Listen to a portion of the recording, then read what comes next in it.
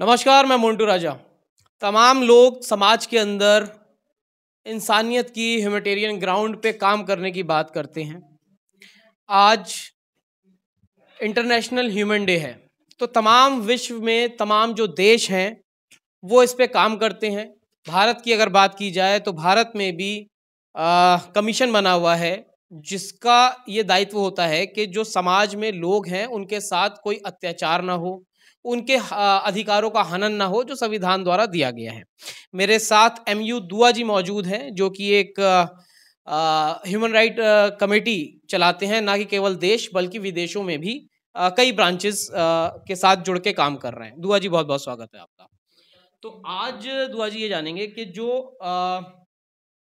Human right day है, international human right day है, इसमें देश के अंदर ये देखा जाता है बहुत सारी संस्थाएं हैं, लेकिन जिस तरह इंसान को प्रताड़ित किया जाता है उस समय ह्यूमन राइट कमीशन हो या फिर संस्थाएं हो, वो बचाने में उसे असमर्थ होती हैं, उसके ह्यूमन राइट्स का हनन होता दिखता है। इसके पीछे का कारण क्या देखते हैं? आपके जर्नलिस्ट से मैं जनता को आज विश्व मानवाधिकार दिवस का बहुत बहुत शुभकामना देना चाहूँगा और ये बताना चाहूँगा सबसे पहले आपके सारे सवालों का जवाब देने से कि विश्व में मानवाधिकार दिवस इसलिए मनाया जाता है कि मानवीय मूल्यों को बचाया जा सके। द्वितीय विश्व युद्ध जब हुआ था तो मानव का त्राही त्राही तरफ सब खून ही खून था। तब यूनाइटेड नेशन ऑर्गेनाइजेशन बना था जिसके 176 जो है देश उसके मेंबर हुए थे। भारत 1947 में आज़ाद हुआ। 1948 में यूनिवर्सल डिक्लेरेशन मानवाधिकार की सार्वभौम घोषणा जिसमें आर्टिकल 101 से लेकर के 30 तक है, जिसको पूरा विश्व का आज 203 कंट्री मानती है।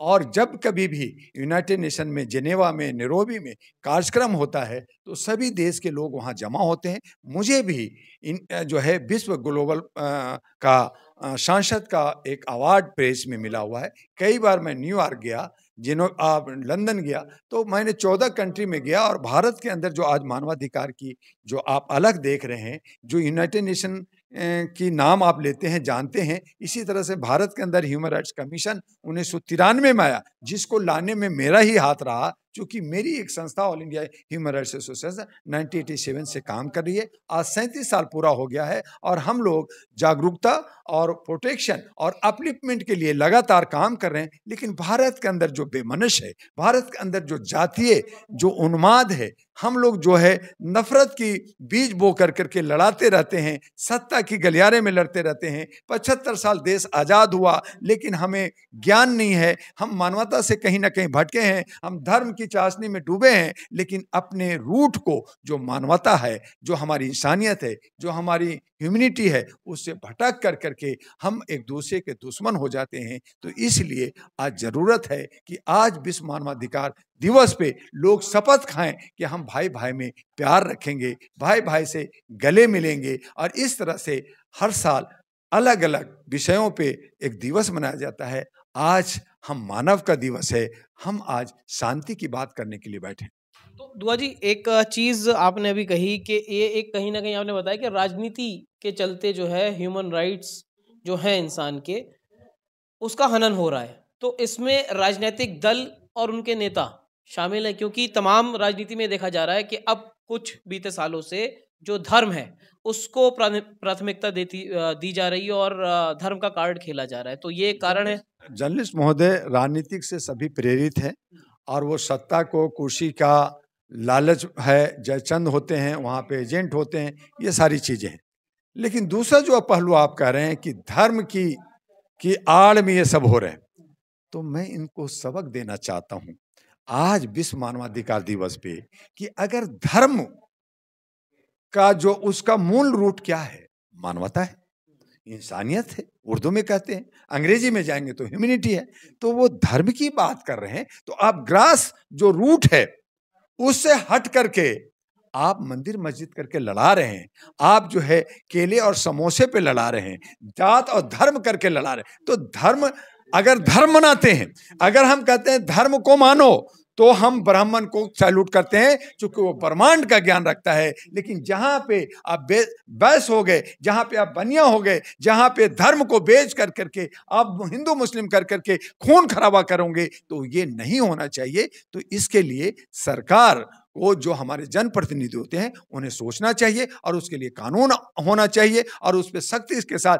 जैसे आप बुलडोजर बाबा, आप उत्तर प्रदेश से आप क्रिमिनल को खत्म करने की बात कर रहे हैं। हमारे आदरणीय माननीय सामान्य मोदी जी ने कहा कि मैं भारत से भ्रष्टाचार खत्म कर दूंगा, लेकिन आपके नेता लोग ही भ्रष्टाचारी हैं, आपके स्वामी लोग ही भ्रष्टाचारी हैं। तो आप पहले अपने घर को साफ कीजिए, फिर बाकी को साफ कीजिए। कोई दिक्कत नहीं है, जनता आपके साथ होगी। आप 1 साल 2 साल क्या, आप मरते दम तक 50 साल तक शासन कीजिए ना, लेकिन जनता के सुशासन दीजिए, जनता के सारे मुद्दों को संतुष्ट कर करके आप साथ लेके चलिए। लेकिन सबका साथ चाहिए और विकास आप अपने साथी को, कॉर्पोरेट को दोगे और असमानता ला करके हमें गरीबी में ला करके देश को 111वां स्थान पे ला के भुखमरी में ला दोगे, तो ये कहाँ का न्याय है, कहाँ का लोकतंत्र है, ये सवाल उठता है। तो 37 साल हो चुके हैं दुआ जी, आपको क्या लगता है 37 साल का एक बड़ा अनुभव होता है।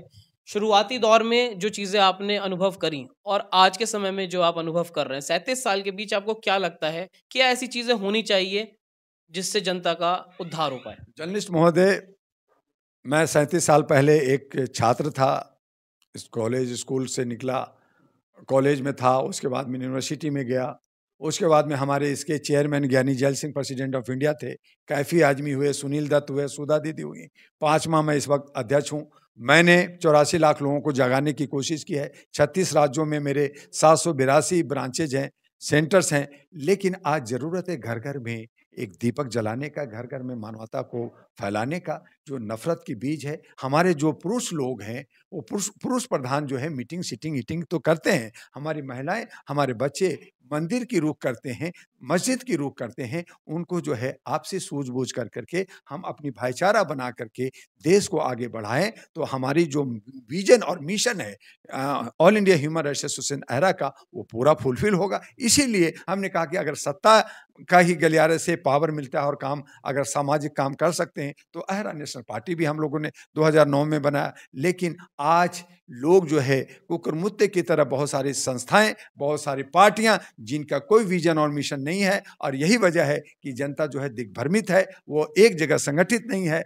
और उन्हें संगठित करने के लिए हमें जो है इन तमाम चीज़ों को छोड़ कर करके एका बनाना पड़ेगा, संगठित होना होगा। और अगर ऐसा नहीं हुआ तो बहुसंख्यक बिखरे होंगे, टुकड़े टुकड़े गैंग कहलाएंगे, और चंद लोग जो बहुत ही शातिर लोग हैं, जिनको आप लोमड़ी कह सकते हैं, शेर कह सकते हैं, चीता कह सकते हैं, पहले भी आपको नोच के खाया, आज भी खा रहे हैं और आने वाले दिन में भी खाएंगे।